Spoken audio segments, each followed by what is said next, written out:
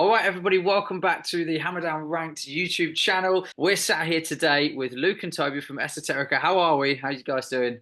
Very good. How are Hello. you? I'm great. Thanks for coming on. So we're going to be chatting in a couple of weeks' time at Hammerdown Festival, but as you may remember, we only get a very brief window Yeah. between the sets, so I have to smash some questions out, go and fix whatever dramas are going on, and then get straight back out there for the next band. So I only really get about 10, 12 minutes of each band. So I thought I'd get you guys on to go in a little bit more detail about what's been going on because it's been a pretty crazy year so far. And I wanted to kick straight off, if you don't mind, with the big one, Firefly, and all of the crazy stuff that's been happening around that. And I wanted to ask about how you even come up with the storyline and the concept and the vision to create something like that, because it isn't a mindless music video of a standard band performance, which understandably is the sort of budget thing to do these days. But this requires a lot more thought. Where does the storyline come from? Tell us about it. Right. Do you know what? Right. The story's like I'm pretty good at coming up with ideas for stories, so that's like not a big thing. But then obviously a lot of the time when I come up with ideas, it's quite jumbled. So I then will sit down with Luke and we will make it understandable to people a bit more clean, so it's understandable. Basically, he cleans my thought. Nice. But it works really well. But Firefly, actually, what we did was a slightly different thing. With the last album, we decided to think about videos while writing the music so that we could design the videos to look awesome and to work better with the music, more symbiotically. And this time we thought a lot about stage show, i.e., we then took it to the next level, which is we've got a video. How will that video look on the stage? What will we do with that within a period of time of, say, an hour, hour and a half, whatever it is that you're playing? So then I looked at the dynamics of other bands and broke down their sets. So the really, really good bands, the ones who are the best bands in the world, and how often there's set changes and whatever. And so then I knew that wanted to create another world. That's the first thing. So you've got a really distinctive vision for it. So without sort of giving too much away, Firefly was designed to look like a game. Firefly at the very beginning outset, the first intention when we first sat down and talked about it, the baddie, as it were, or the robot, I keep calling it the robot, but was designed to be like, how do I describe this? It's not what you think it is to some degree. Okay. Okay. The idea was, so I found these pictures online of things that I thought, wow, this is like kind of along the lines of what I think that should look like. And it's funny, like because I'm always thinking of things like this all the time. Like I've even like written like kids' books ideas, full on Right. stories that I've never released and never done anything with, and not probably I doubt I ever will. But it's just like a thing you think of, and it's like it's things that I tell my own kids. Do you know what I mean? So I've always had Yeah. that kind of a brain where I think like, but obviously a lot of the ththings I say or think come out, I don't know, not easy to understand.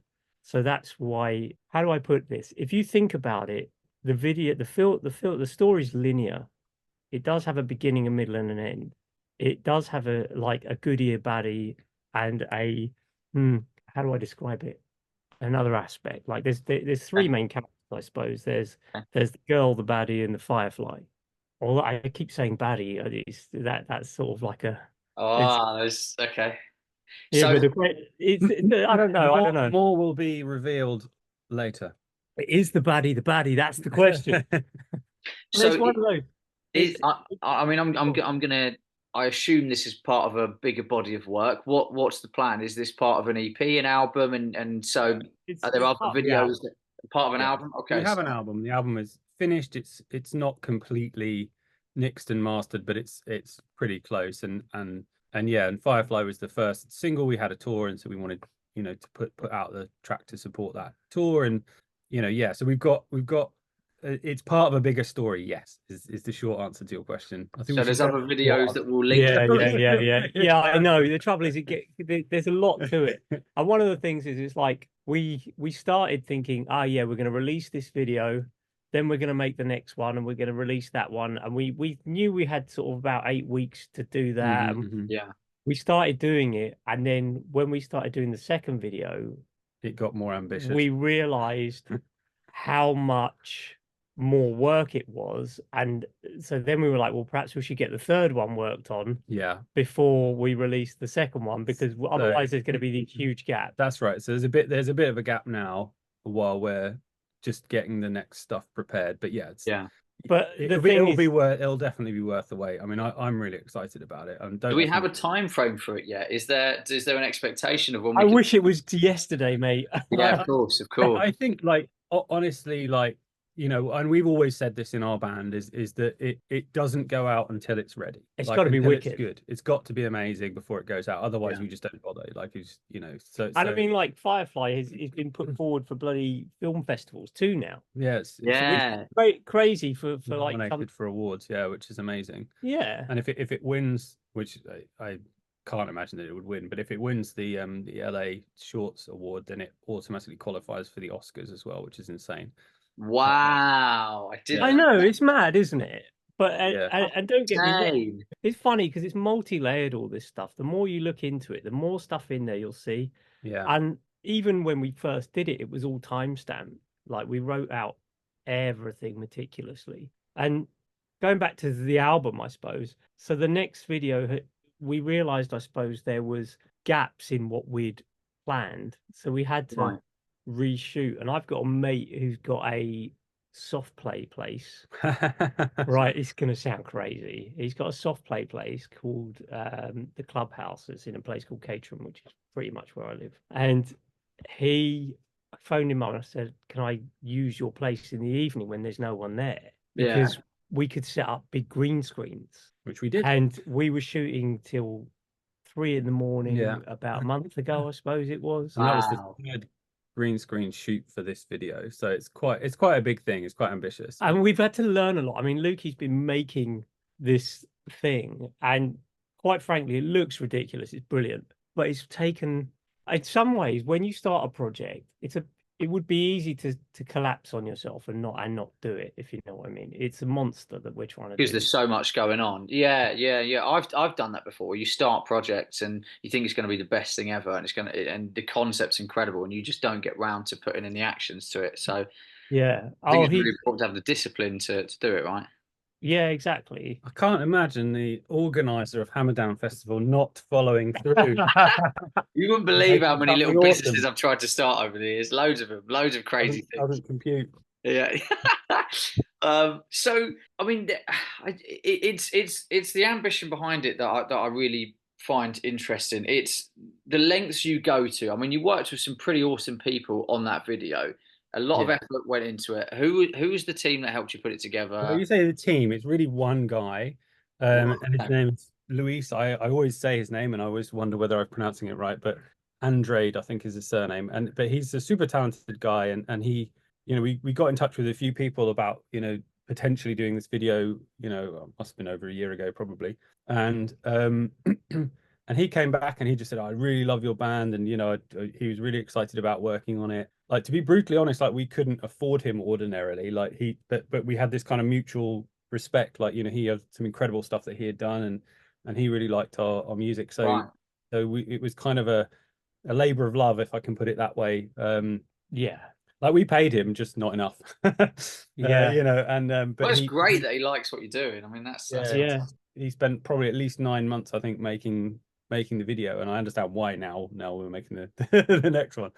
It's a lot to it. It's really involved, but you can see that it's a labor of love. Sometimes when you watch something, you can see that someone has put care into it. And I mean, if you just read the comment on that, I don't know, there's like loads of them. Yeah, and it's just organically, and they're just like, oh my god, what is this? Like, even today, we're doing zero marketing whatsoever on that song, and it's like, it's outperforming all of our, like, In Dreams and everything else, you know, Silence, like, you know, everything else that we've ever done. Like, it's just on every platform, it's just outperforming. And I mean, I think the production value helps. You know, it's just so much bigger than most bands will ever do. It's a very large thing. You talk about when you're writing and constructing these songs, how that's going to translate to the live setting? You know, you mentioned that earlier on, and you've just had that UK tour in April, and I saw the London show. And when Firefly happens, you've got all the extra, you've got the wires, right, and all this other stuff going on. Yeah. So is that the kind of thing that you're thinking of when you're creating this stuff? And is that going to be part of future shows? What's the plan? Yeah. I mean, Toby kind of hinted earlier that you know, on the last album when we did the videos for In Dreams and Humanity, for example, you know, we started to kind of touch on the idea that the video was a physical, visual manifestation of the song, like that they live together and that they make sense together. Yeah. And then with the new album, we've literally been mapping out the videos while we this is going to get a bit complicated, but like, you know, Maslow's hierarchy of needs. You know, there's this like triangle, and at the base of it, you have the things which you must have, and then as you go up to the top, you get the kind of less necessary things, but the things that make you complete as a human being.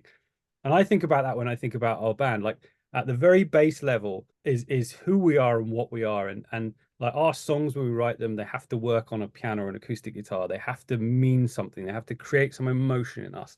Like it has to be meaningful, like on a basic level. Yeah. And above that, you've got like, you know, or tied with that really is like who we are, you know. So we are ethereal metal. That's in our DNA. That's what we make, and that's who we are. And so we try and do that times, you know, 1,000. And then on top of that, it's like, okay, so you've got great songs and you understand who you are and what your identity is and where you're going and all that kind of stuff. And then it's kind of like, okay, well, what's the best manifestation of that, like sonically and visually, right? So then you're kind of going, okay, we've got this wicked song. What does it mean? What does it look like? You know, so if so the song we played on the recent tour, Dysutopia, which is one of our new songs, so we're looking at that and we're thinking, okay, what's it about? What does that look like visually? And how does the song, when Toby talked about mapping out the timestamps of the song, we're literally thinking about, okay, what's going to happen here in this song, and how is it, you know, is there going to be an explosion or something, or whatever it is, you know, kind of visually. And so we're kind of thinking about that stuff. And what's then it's the message of the song as well. And then this is where it kind of goes a bit mad and like complicated is that then how do all the songs tie together to create this kind of bigger body, like this larger thing, which is even more meaningful, hopefully, like, which is, you know, has a kind of whole thing. And honestly, and then to Toby's point, like, how does that then tie into the live show? So yeah, when we're thinking about the visual stuff that we're doing, we're thinking about physically, how does that translate to the live show? You gave the example just now of wires. That's a good example. So like, you know, we kind of recreating that visual in a live setting.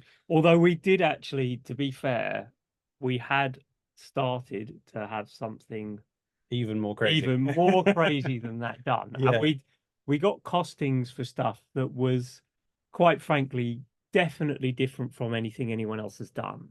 Yeah. And we couldn't afford to do it not because we couldn't afford to do it, but because after we'd already booked the venue and we'd sold tickets and all the rest of it, we realized that the stage rigging wasn't right for what we wanted to do. Yeah. Right. Yeah. So it was going to cost thousands of pounds more for more stage rigging.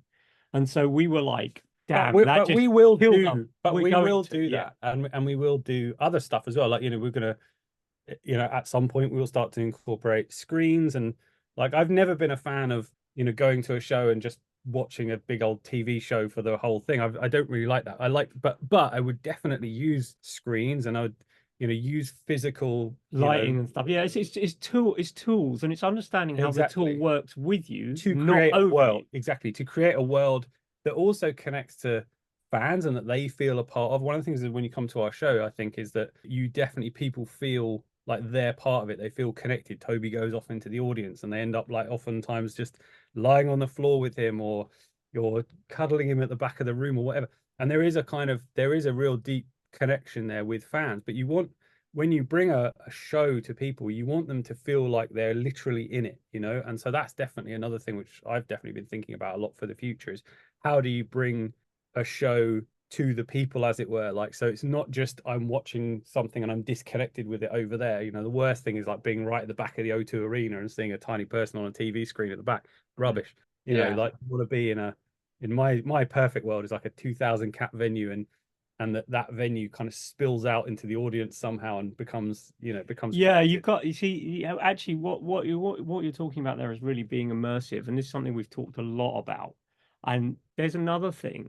So, for example, if you think about videos in terms of thumbnails, so really strong visuals, then you can say, I'm going to take that really strong visual to a stage. Then there are several things that happen there. One is your merch becomes really easy because you don't have to think about, oh, how am I going to make merch? I've really got to make something people are going to like and whatever. That's an accident of making something awesome. Yeah. So you don't have to think about that anymore, or you do, but it becomes less of a big problem. Do you see what I mean? Yeah, Because no, you completely. really strong. Yeah. And then if you think about it, then you can say like, and I'll give you a great, like one of the masters of this is Marilyn Manson.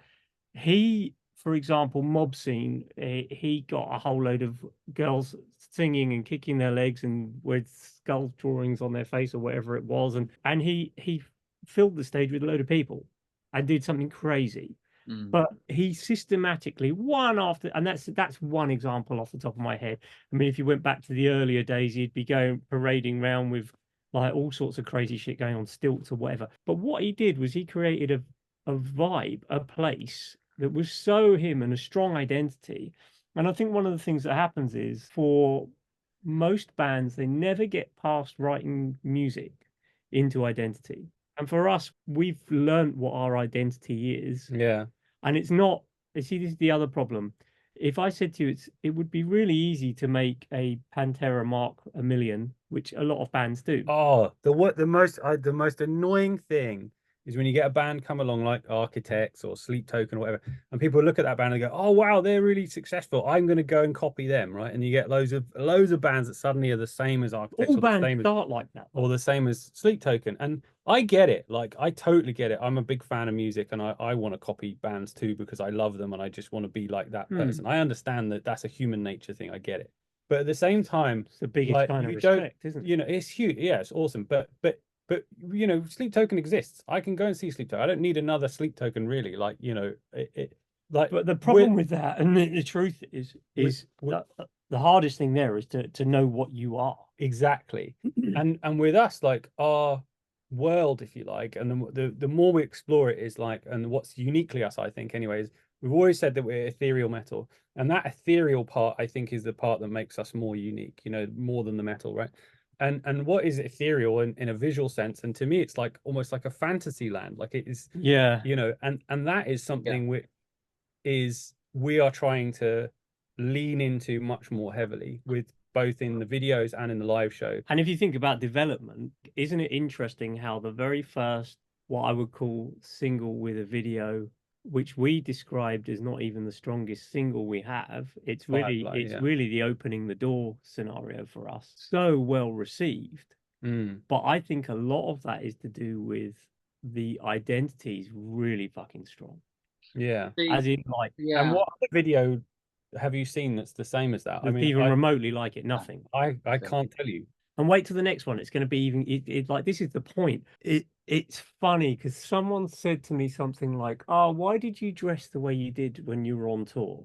And I was like, "You'll see." What with the, you know, the jacket. Yeah, the jacket and all that stuff. Because the reality is, what they don't realize was, in a way, we're like conditioning them, preparing them for the next phase. And that is going to be further than where they've seen. But it's like, it's almost like a, ah, look, ah, yeah. And then gradually the whole thing will move over. And then I think at the moment that happens, I think people will sit back and go, okay, get it now. Yeah. And I also think you'll see, and I might be wrong here, but I don't think I am. I think you'll see our audience size live double overnight. That's exciting. Well, I hope so. Well, no, but what I mean is I think that as the videos go out and as the stage, once, if we can achieve, which we're going to see, this is the way we're going to. This is what I love. You know, I'm ambitious. Like, this is what that's why I love talking to you guys. So when the stage show changes, obviously we're going to video it and people will see it and people will probably video it themselves. And the point is that once that happens, I believe we will easily double our ticket sales overnight. I think we'll do a lot more than that. And one of our problems is, and this is another sort of thing that we've got to work out. We kind of touched on this earlier about number of tickets sold, and then 2 days before the gig, you sell the same number of tickets you've already sold. So one of our problems is we've realized that we will need a certain type of stage to be able to do what we want to do. So do we do less shows, but we do 3 shows in the UK, bigger venues, but the right stage with the full production on the yeah, biggest. exactly. Yeah, or yeah. do we do one in London like that and a load of club shows? I mean, club shows are fun. Don't get me wrong. Like, I love playing gigs. So it's like, in terms of like get my gig fix, selfishly, great. But in terms of like practicality, I think there'll be a weird crossover moment where we do club shows and then the club shows stop. I just think that's probably what will happen. Yeah, I mean, yeah, I'm always the pessimist. So, but yeah, I hope so. You're hardly a pessimist when I speak to you. You're just as excited as and ambitious. Yeah, yeah, I true, think true, that true, true. yeah, you're just trying not to get carried away. I think, Luke. Harry, can we talk about the orchestra?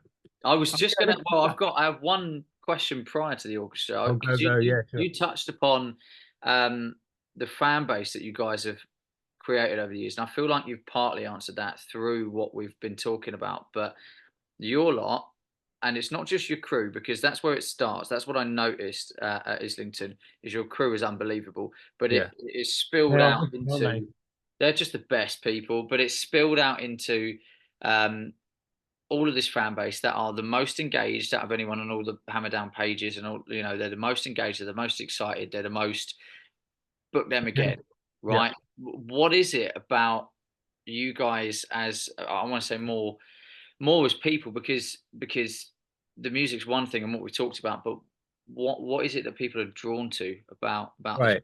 What is it? I think I think there's a few things. One is like the word esoterica means like known only to a few people, like kind of rare, Yeah. occult, whatever. And I think that our fans on some level feel that they have some level of, I don't say ownership, but maybe that's, but that we're their band, and that no one else really knows who we are, and we're kind of underground, I think and that's fair. Yeah, so yeah, I think there's a little bit of that. I think there's a bit of, we always, Paramore did this really well back in the early days. Every single show, they'd go out afterwards and they'd meet people and they'd talk to them and they'd get to know them by name, and they'd know who they were and what they were doing in their life. And when they saw them next time, they'd go, "Oh, how was your blah blah, whatever," or "How's your kid getting on," oh, or whatever. great, And yeah, I think, you know, I love that. That's not work for me. Do you know what I mean? I love just chatting to people and getting to know people, and we refer to our family. Many bands do, but we do as well, and we really mean it. Like it's like there's loads of people I could name, like on a first name basis, like Yeah, who are our yeah. fans, who come and see us all the time, and who I know them, and I basically consider them to be friends. Like, it's not, yet they, we became friends through the band, like, but so Yeah. I think that's a huge part of it.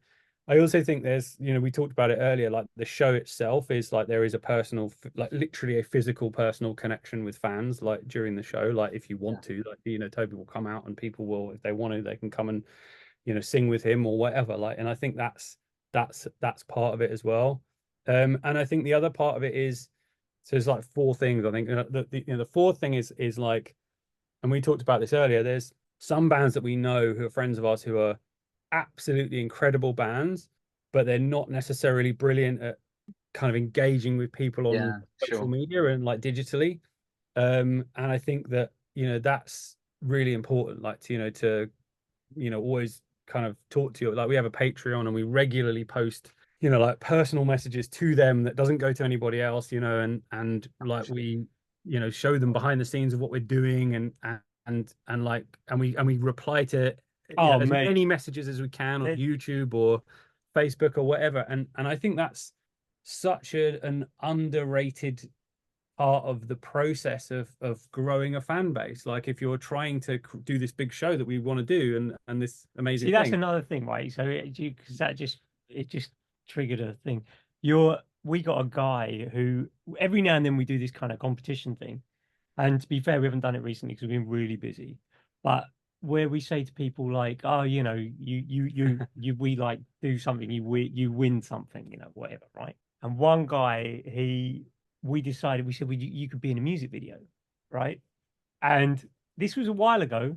And then I sort of started talking to him. I said, like, tell me about yourself. What, blah, blah, blah. I can't remember where I said that or where I looked him up and found out anyway. I knew he was into martial arts and I'm into that too. And then Yeah. I was like, right, let's use this. Now, he hasn't seen this, so he doesn't know what it is, and no one else has. So I can't tell you how he's in this. But what I can say, this guy is in the video. And Because he's come it's to your shows and so hung out cool. and stuff. Yeah, that's Eh? genuinely awesome.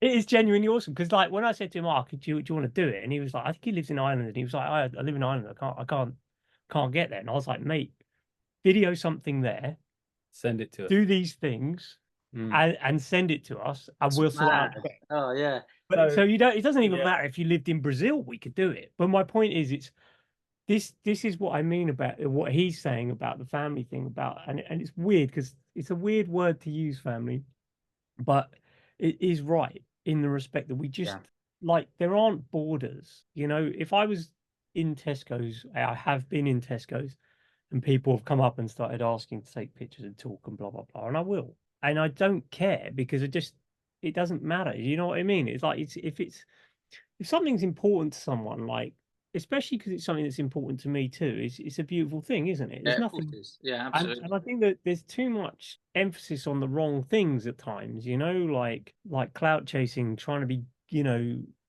I don't know, whatever. But I think I'm much more interested in the art where that's where we're at. And I think, and so a lot of our perspective or behavior with these things is quite different. Do you know what I mean? It's like, I don't know. I just think we're pretty laid back. I think that helps because it makes you real. I think a band, you talk about Paramore, another band that I noticed nailed it, and this has always stuck with me, is Bury Tomorrow. Are excellent. Yeah. And Danny makes loads of points on stage about paid meet and greets and screw this. And I'm like, we've been told we're supposed to do a paid meet and greet down in the Kerrang tent, and screw that. I'm going to come out and I've met him several times, and I've bumped into him in the street as well, and had conversations with him, and he's exactly the same in both settings. Yeah. And that's why we haven't done that because it's elitist in a way. Yeah, like immediately what happens is, and don't get me wrong, I'd love the extra money, it'd be useful for the band. Yeah, sure. But the reality is, what happens then is someone immediately just goes, "Oh, that's not me. I can't do it," and it just create. And the thing is, when the tax man's beating you with a stick, and the fucking gas and electric man's doing the same, and the food bill's gone through the roof, and everywhere you look around, everywhere there's cameras, and you feel like you're being bullied all the time. And you go and listen to music to get away from that. And what we're gonna get out our stick and start doing it as well. Like, give it a rest. That's why we keep our t-shirts are as cheap as we can make them, and our tickets are, cheap for the size of the venues that we're playing and whatever. Or they're definitely not expensive anyway. Let's put it that way. Like, we could make them more expensive, but we actively choose not to because, we want to make sure that people can afford to go. And that's important. And the thing is, as well, I think as in the future, when things aren't so bad and things are better, I think people will remember that. It's a bit like the COVID thing. I think people remember the way things were and what happened and what we were like. And I think it's such a weird thing, but everywhere I look is so money grabbing, obsessed, aggressive. And don't get me wrong, I'm sick of being poor, but in the same breath, I also don't subscribe to just crushing other people for myself. It's not right. It's crazy. Harry, now can we talk about the orchestra? Sorry, yeah, let's do it. So, well, this is going to be fun, isn't it? In 2 weeks today, in fact, in 2 weeks and 45 minutes, obviously not when people watch this interview, we'll be opening the doors. Which is very, very exciting. I'm probably going to put this interview out on Tuesday or something. So, so you've got a very, very special bunch of people joining you. Yep. Parallax Orchestra. They've done some crazy shows. I mean, Alter Bridge are one of my all-time favourite bands. I have an Alter Bridge tattoo, and I've watched that performance at the Albert Hall, and that's just outstanding. They Bring Me the Horizons is equally as impressive. And now you guys recorded with them at Abbey Road, so the still and some other parts for some of the other songs, right? I don't know. We How recorded, many? yeah, with an Six? orchestra. No, it actually wasn't the Parallax Orchestra, but Oh, the it Parallax wasn't them at the. Orchestra Okay, okay. wasn't. But having said that, and I don't know if I'm allowed to say this, but I'm going to say it anyway. We did record with the Parallax Orchestra on our new album, which is not out yet. So Ah, they recorded all of the strings on the new album, and they are wildly talented. I mean, it yeah, is insane. Like, because some of the parts are quite hard as well on the new album. Like, it's not easy to play, but they just smashed it. Like, they're totally amazing. And not only that, just with feeling, if you know what I mean, like with expression. And it just still blows my mind how what I call proper musicians like come into a studio and they just you chuck up a bit of sheet music in front of them and then they just blast out the most amazing performance, having never heard this song before in their life. And it's like that just blows my mind. Like, Yeah, it's brilliant. that's a proper musician. Yeah, fair enough. Yeah, yeah, So, yeah. so my understanding is prior to the call that I had with you, Luke, in maybe September or whatever it was, there were only 5 or 6 tracked songs with an orchestra, and now yeah, there are enough for a full set, which is there's exciting. enough for a full set and an even extended set, maybe, I suppose. Ah, well, this is Yeah. we've just done the extension, right? So there's an extra 15 minutes to play with. I was going to ask about that. If you planned on chucking an extra, if there was time, like what's Yeah, that? there definitely, we had to cull some of the more popular songs from the set to get it down to an hour. Like even some of the ones in the top 5 of on streaming and all that. And so it'd be really great to put some of those back in. And I'm going to, if Parallax don't mind, which I'm sure they won't, I'm gonna put some string parts together for those songs. Ah, So we'll have Yeah. the okay. full Aaron 15 with those guys. And I mean, this, Harry, because I've said to you before, but I've wanted to play live with an orchestra for a very long time, and we were very fortunate to go to Abbey Road with an orchestra and to record the Still there, and that was just one of the best days of our lives. I mean, like everyone Yeah. is just it was an amazing place, but it was Very emotional. the first time you hear an orchestra playing your song is I was crying. Like, I was, it was Yeah. properly emotional.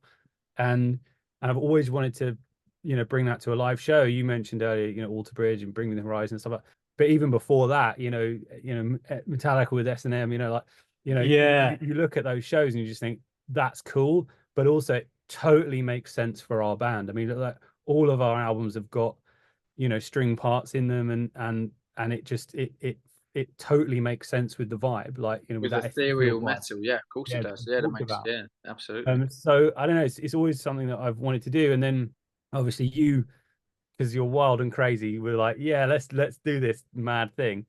And then yeah, so I spent a few weeks just writing strings parts for for the I call it the ultimate set, the ultimate string set, and it was actually quite emotional thing just to do that, and just to Really, listen to yeah, it and to kind of go, wow, this is going to be really Pretty special. cool, isn't it? It's going to Yeah. be genuinely special. And people often say that they go, "Oh, this show's going to be really special. It's going to be really great." But that is really true, I think, of this show, because And we got nothing else booked for the whole of the rest of the year, have we? yeah, this is the only chance to see us this year. oh, And wow, okay, with an orchestra. So I mean, The reason, I would go, like, if I yeah. was going anyway. See, the Like, thing is, like, one of the things we did plan on having a tour at the end of the year, but mm, as the video thing's progressing and as everything's escalating and as we're working stuff out, timelines are drifting, and we realized that. And if I said to you, it's going to take us a good month to get ready just for live shows and things when we get round to that. So it's yeah, probably going to be the start of next year, even if we get all the videos done and start putting stuff out this year. So you understand what I mean? How our original timelines and plans have definitely drifted, yeah, and it's and this is another thing behind the scenes. I get messages from bands pretty regularly saying, "Oh, can we come and play a show with you?" Blah blah blah. And certain bands come along a lot, and Scarlet Right was a band who we've spoken to, and do you know what? They're so cool. They're really nice guys. they're wicked, lovely, yeah, Yeah, lovely and they're a people. really good band, and Yeah. you're definitely gonna have a good night with them. But it's one of those where you kind of have to say, look, our timeline is X, it's moving, so there's no point asking now because in 6 months' time, there's no way I'm going to be like, oh yeah, that band so and so wanted to play. There will be bands that would be obvious who are mates of mine, but then that's kind of not fair, is it? Do you know what I mean? There's an element of Yeah, it's hard balance to. in there. But anyway, the good side of us probably moving our album launch tour to early next year is that yeah, this is going to be the only chance to see us this year, and with an orchestra. And I can't think. I'm just so excited. I just every time I think about it, I'm like, buzzing. That it's going to first be chorus, It wild. is going to It's be crazy. Like, even if we're not great, the strings are going to be amazing. I'd go just to watch that. they'll Like, hold you up. They'll prop the show up. They'll. Yeah. Well, you know, like we no, we're going to bring it. Like, because we're Good. rehearsing now. yeah, Literally in exactly. 5 Is this minutes. the last rehearsal? Is this the last one before the festival? Have you No, because well, yes and no. So yeah, it is. But then we're also rehearsing on the day with the of strings, right? Hammerdown, Yeah. And then because obviously personally we will rehearse at home separately. yeah, So we'll be working. We're like, but how we normally rehearse is we will in the run up start working our like separately, and then we will meet together and we'll have a bash through and go, oh my god, this sounds brilliant or dead dreadful, whatever's what you know. We'll work out what our iron out the bits that need ironing out. But exactly. usually by that point, everyone's pretty on it. Yeah, exactly. And then and well, because of course this time we have a song that we've never played before. Am I allowed to say that? oh yeah, you could do. I don't know if I'm allowed to say that. You can. You just done it. I've just done it. That's So yeah, so we've got because okay. on the last tour we did Firefly, which is obviously a new song, and we also did a song called Utopia, which anyone who stole a set list will know. And you know, I say stole. We give them out. It's fine. Just leave them. Yeah. And yeah, so but there's also one other song, and partly because we've just been recording with the Parallax Orchestra for the new album, like there was just a song that just really made sense to do. Really? Okay. And it's a banger. I mean, I don't know. I think it's the best song on the new album, and by quite a long way. Like if Firefly is a 6, this is a 10 in my opinion. And like, hang on a minute. What song? I mean, you know the song. Yeah, I know, but there's another song on there that's there's another song that's also a 10. Yeah, I get what you're saying. But for me, this one pips it. But like, anyways, we're doing a song. I don't know if Pip agrees. We're doing a song that's an inside joke. You can't. Anyway. Yeah. We're doing a song that we've not done before. So I think that's, to me, that's exciting. And yeah, that's like, not to bang on about it, but it's the only chance you'll get to see it this year. So you know, if folks are thinking about coming and they haven't pressed the button yet, for sure press the button. And that sounds like a marketing thing, but I really mean that on a personal level, because it's not going to be shit. And there's another sort of thought to this, and this is sort of like goes back to that, like the stage shows and all the rest of it. We have had quite a hard time getting tour supports and things like that. And I think if this thing goes well, it will be nigh on impossible for us. And I just think that there comes a moment where you just have to forge forwards on your own, you know, like it is what it is, you know. And I just think he's ambitious, isn't he? I'm not. I am, and I'm not. I just think, like, who's honestly going to give you slots? You've got to have a dream. I think it's hard to get. I think it's hard enough for us to get a slot. It's a nightmare, mate. Yeah, but then it's good because we can come and play a Hammerdown. So. Yeah, of course. No, but you know what? I know, I do. Unlikely before the end of the year that we will play. I think it's we're definitely not going to, unless something mad happens and crazy. Like Rammstein said, come and play a gig with us, and of course we'd go and do that. But like, you know, yeah, but they're giving up, aren't they? They won't be there. Well, anyway. That's that other one of them. But no, I'm honoured to be to be the one hosting it. I think it's just the coolest. It's gonna be cool, isn't it? We're gonna I'm so excited. And do you know what? I think, you know, when we made this plan initially, I had already booked, you know, headliners and stuff. Like, let's be honest, this was always going to be a headline set, right? It always should have been a headline. That's not to say our Holloway Home shouldn't have been. They should also be a headline band. Yeah, fantastic. Just different years, but you know, we'd already booked that stuff. And when we had that conversation, I did think, I wish that this was a headline thing, and we tried to tweak it so we still had an hour and we started a little bit earlier and all this stuff. But now there's no worries, no problem. Yeah. So, I think I've had so many messages from people saying, Oh my God, I'm so happy. This is the best thing because I'm only coming to see you guys, and it's like But you've got people coming from Ireland. I've spoke to some of yeah, the Irish lot that are coming. They're very nice people. They're asking if they can store their bags and stuff because they're, yeah, we're gonna have a really they're good, we're gonna have a good crowd, and and yeah, and you know they're excited, and I think they're really happy that we've got an extended set, and so am I because you go to all the effort of yeah. bringing in an orchestra, you want to make the most of it, It's just, Yeah, yeah, you utilize every second, that's great. Well, yeah, guys, I will see you in 2 weeks. Well, well, not and 35 Yeah, minutes, yeah. doors open, but I will see you Woohoo! in 2 weeks in about 6 hours. I can't wait. In that Well, case, thanks Harry, guys for coming on. Hammerdown Festival, if you haven't got your tickets yet, July 27th and 28th. If you're watching this video after July 27th and 28th, hard luck.